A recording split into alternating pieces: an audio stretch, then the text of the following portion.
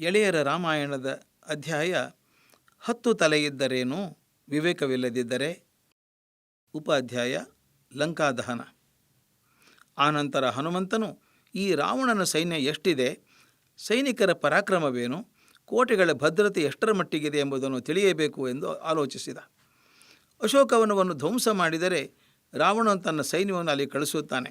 ಆಗ ಅವನ ಸೈನ್ಯದ ಬಲಾಬಲ ಗೊತ್ತಾಗುತ್ತದೆ ಎಂದು ಯೋಚಿಸಿದ. ಕೂಡಲೇ ಅಶೋಕವನದಲ್ಲಿದ್ದ ದೊಡ್ಡ ದೊಡ್ಡ ಮರಗಳನ್ನು, ಕೊಂಬೆಗಳನ್ನು ಲಟಲಟನೆ ಮುರಿದು ಹಾಕಿದ. ಒಂದು ಮರವನ್ನು ಮತ್ತೊಂದು ಮರಕ್ಕೆ ಉಜ್ಜಿ ಬೆಂಕಿ ಬರುವಂತೆ ಮಾಡಿದ. ಮರದಿಂದ ಮರಕ್ಕೆ ಹಾರುತ್ತಾ ಆರ್ಭಟಿಸುತ್ತಾ ಅಸಾಧ್ಯವಾದ ಗಲಾಟೆ ಮಾಡಿದ. ನಿಶ್ಶಬ್ದವಾಗಿದ್ದ ಅಶೋಕವನ ಒಮ್ಮೆಲೆ ಕೋಲಾಹಲದಿಂದ ತುಂಬಿ ಹೋಯಿತು. ರಾಕ್ಷಸರು ನಿದ್ದೆಯಿಂದ ಎದ್ದರು, ಹೆದರಿಕೆಯಿಂದ ಕೂಗಿಕೊಂಡರು. ರಕ್ಷಣೆಗಾಗಿ ಅರಮನೆಗೆ ಓಡಿ ಹೋದರು. ರಾವಣನ ಬಳಿಗೆ ಹೋಗಿ, ಪ್ರಭು, ಅಶೋಕವನದಲ್ಲಿ ದೊಡ್ಡ ಕಪಿಯೊಂದು ನುಗ್ಗಿದೆ. ಅದು ಬಹಳ ಹಾವಳಿ ಮಾಡುತ್ತಿದೆ. ಸೀತೆಯನ್ನು ಬಂಧಿಸಿಟ್ಟಿರುವ ಜಾಗವನ್ನು ಬಿಟ್ಟು ಇನ್ನೆಲ್ಲವನ್ನೂ ಮುರಿದು ಹಾಳು ಮಾಡಿದೆ ಎಂದರು. ತನ್ನ ಪ್ರೀತಿ ಪಾತ್ರವಾದ ಅಶೋಕವನದಲ್ಲಿ ಕಪಿಲಿಯೊಂದು ದಾಂಧಲೆ ಮಾಡುತ್ತಿರುವ ಸುದ್ದಿ ಕೇಳಿ ರಾವಣನು ಕೋಪಗೊಂಡ. ದೊಡ್ಡದೊಂದು ಸೈನ್ಯವನ್ನು ಅಶೋಕವನದ ರಕ್ಷಣೆಗೆಂದು ಕಳುಹಿದ. ಆ ಸೈನ್ಯ ಹನುಮಂತನ ಮೇಲೆ ಎರಗಿತು.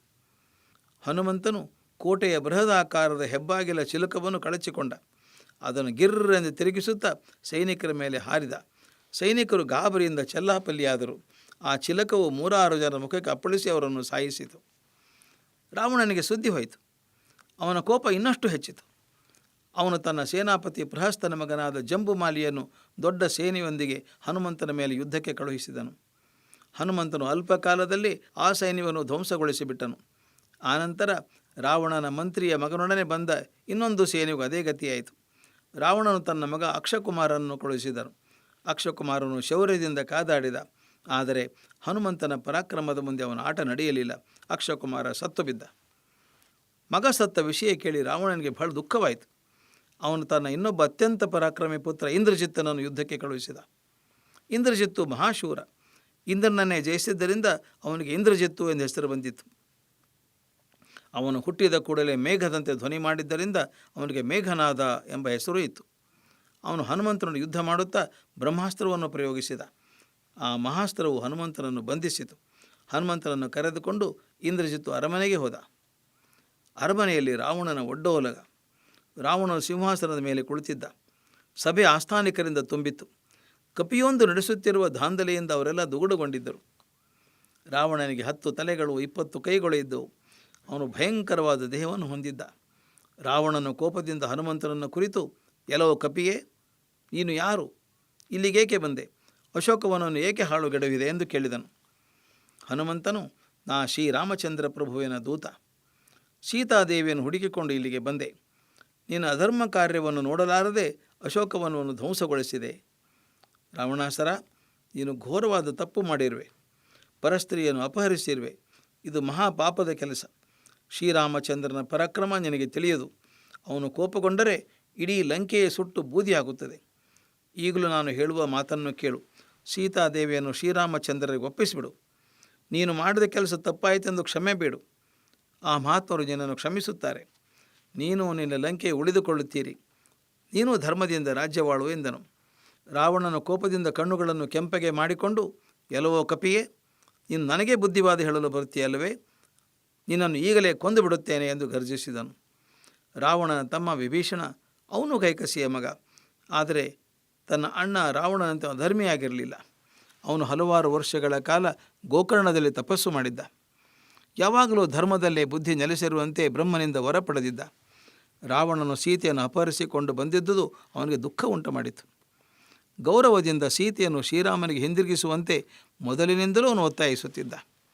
ಈಗ ರಾವಣನು ಹನುಮಂತನನ್ನು ಕೊಲ್ಲಲು ಯತ್ನಿಸುವುದನ್ನು ಅವನು ತೀವ್ರವಾಗಿ ವಿರೋಧಿಸಿದನು. ರಾವಣನು ಸ್ವಲ್ಪ ಯೋಚಿಸಿ, ನಾನು ಇವನನ್ನು ಕೊಲ್ಲುವುದಿಲ್ಲ, ಆದರೆ ಇವನ ಅಶೋಕವನ್ನು ಹಾಳುಗೆಳೆಯದ ತಪ್ಪಿಗೆ ತಕ್ಕ ಶಾಸ್ತಿ ಮಾಡುತ್ತೇನೆ ಎಂದುಕೊಂಡು ಹನುಮಂತನ ಬಾಲಕ್ಕೆ ಬಟ್ಟೆ ಕಟ್ಟಿರಿ ಎಂದು ಆಜ್ಞಾಪಿಸಿದನು. ರಾವಣನು ಹಾಗೆ ಹೇಳಿದ ಕೂಡಲೇ ಸೇವಕರು ಹನುಮಂತನ ಬಾಲಕ್ಕೆ ಬಟ್ಟೆ ಕಟ್ಟಲು ಪ್ರಾರಂಭಿಸಿದರು. ಆದರೆ ಆಶ್ಚರ್ಯ, ಬಟ್ಟೆ ಕಟ್ಟುತ್ತಾ ಕಟ್ಟುತ್ತಾ ಹನುಮಂತನ ಬಾಲ ಬೆಳೆಯಿತು. ಎಷ್ಟು ಬಟ್ಟೆ ತಂದರೂ ಸಾಲಲಿಲ್ಲ.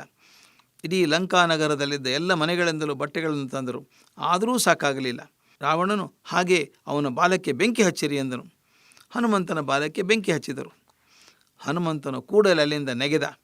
ಇಡೀ ಲಂಕಾ ಪಟ್ಟಣದಲ್ಲೆಲ್ಲ ಹಾರಾಡಿದ. ಬೆಂಕಿಯಿಂದ ಊರಿನ ಎಲ್ಲ ಭಾಗಗಳನ್ನು ಸುಟ್ಟುಬಿಟ್ಟ. ರಾವಣನು, ಅವನ ಮಂತ್ರಿಗಳು, ಆಸ್ಥಾನಿಕರು ಏನಾಯಿತೆಂದು ತಿಳಿಯುವ ಮೊದಲೇ ಲಂಕಾನಗರ ಬೆಂಕಿಯಿಂದ ಧಗಧಗನೆ ಉರಿಯಲಾರಂಭಿಸಿತು. ಬೆಂಕಿ ಹಬ್ಬುತ್ತಿದ್ದ ಹಾಗೆ ಲಂಕೆಯಲ್ಲಿ ದಟ್ಟವಾದ ಹೊಗೆ ಮುತ್ತಿ ಕತ್ತಲಾಯಿತು. ಹೆಂಗಸರು, ಮಕ್ಕಳು ಉಸಿರು ಕಟ್ಟಿ ಗಟ್ಟಿಯಾಗಿ ಅಳಲಾರಂಭಿಸಿದರು. ಅನೇಕರು ಮನೆಗಳೊಂದಿಗೆ ತಾವು ಸುಟ್ಟು ಹೋದರು. ಎಲ್ಲಿ ನೋಡಿದರೂ ಬೊಬ್ಬೆ, ಹಾಹಾಕಾರ. ಇಡೀ ಲಂಕಾನಗರವೇ ಬೆಂಕಿಯಿಂದ ಧಗಧಗನೆ ಉರಿಯುತ್ತಿದ್ದಾಗ ಹೊಗೆ ಆಕಾಶದವರೆಗೂ ಹಬ್ಬಿತು. ಅಗ್ನಿಯು ತನ್ನ ಕೆನ್ನಾಲಿಗೆಗಳನ್ನು 10 ದಿಕ್ಕುಗಳಿಗೂ ಚಾಚಿ ಉರಿಯಲಾರಂಭಿಸಿತು. ಎತ್ತ ನೋಡಿದರೂ ಉರಿ, ಎಲ್ಲಿ ನೋಡಿದರೂ ಹೊಗೆ.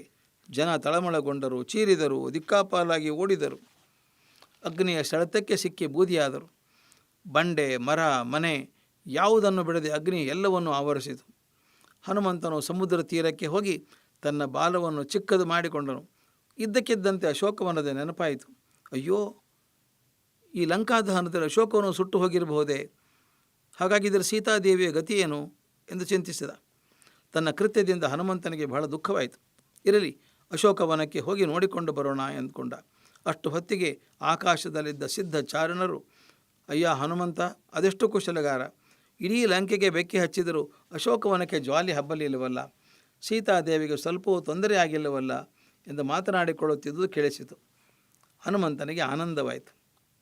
ಆನಂತರ ಹನುಮಂತನು ಅಶೋಕವನಕ್ಕೆ ಮತ್ತೆ ಬಂದ. ಸೀತಾದೇವಿಯನ್ನು ಮನ್ನೊಮ್ಮೆ ಕಂಡು ರಾವಣನ ಆಸ್ಥಾನದ ನಡೆದ ಸಂಗತಿ ಎಲ್ಲವನ್ನೂ ತಿಳಿಸಿದ. ಲಂಕಾದಹನದ ವಿಷಯವನ್ನೂ ಹೇಳಿದ. ಸೀತಾದೇವಿಯ ಅಪ್ಪಣೆಯನ್ನು ಪಡೆದು ಸಮುದ್ರ ತೀರಕ್ಕೆ ಹೋದ. ತನ್ನ ದೇಹವನ್ನು ಬೃಹದಾಕಾರವಾಗಿ ಬೆಳೆಸಿ ಸಮುದ್ರವನ್ನು ಲಂಘಿಸಿದ. ಉತ್ತರ ತೀರಕ್ಕೆ ಬಂದು ಸೇರಿದ. ತನಗಾಗಿ ತವಕದಿಂದ ಕಾಯುತ್ತಿದ್ದ ಜಾಂಬವಂತ ಮೊದಲಾದವರನ್ನು ಕೂಡಿಕೊಂಡ. ವಾನರ ನಾಯಕರು ಹನುಮಂತನನ್ನು ನೋಡಿ ಹಿಗ್ಗಿ ಹೋದರು. ಆನಂದದಿಂದ ಕುಳಿದು ಕುಪ್ಪಳಿಸಿದರು. ಅವರೆಲ್ಲ ಹನುಮಂತನನ್ನು ಮುತ್ತಿಕೊಂಡು ಬಿಟ್ಟರು. ನಂತರ, ಹೇ ವಾನರೋತ್ತಮ, ಲಂಕಾ ದೇಶಕ್ಕೆ ಹೋಗಿದ್ದೆಯಾ? ಸೀತಾದೇವಿಯನ್ನು ಕಂಡೆಯಾ? ಅವಳನ್ನು ಇಲ್ಲಿಗೇಕೆ ಕರೆದುಕೊಂಡು ಬರಲಿಲ್ಲ? ನಿನ್ನ ಅನುಭವ ನಮಗೆ ಹೇಳು ಎಂದು ಎಲ್ಲರೂ ಒಟ್ಟಿಗೆ ಕೇಳಿದರು. ಹನುಮಂತನಿಗೆ ತನ್ನ ಗೆಳೆಯರನ್ನು ಕೊಂಡು ಬಹಳ ಆನಂದವಾಗಿತ್ತು. ಅವನಿಗೂ ತನ್ನ ಅನುಭವವನ್ನು ಹೇಳಿಕೊಳ್ಳಬೇಕೆಂಬ ತವಕ.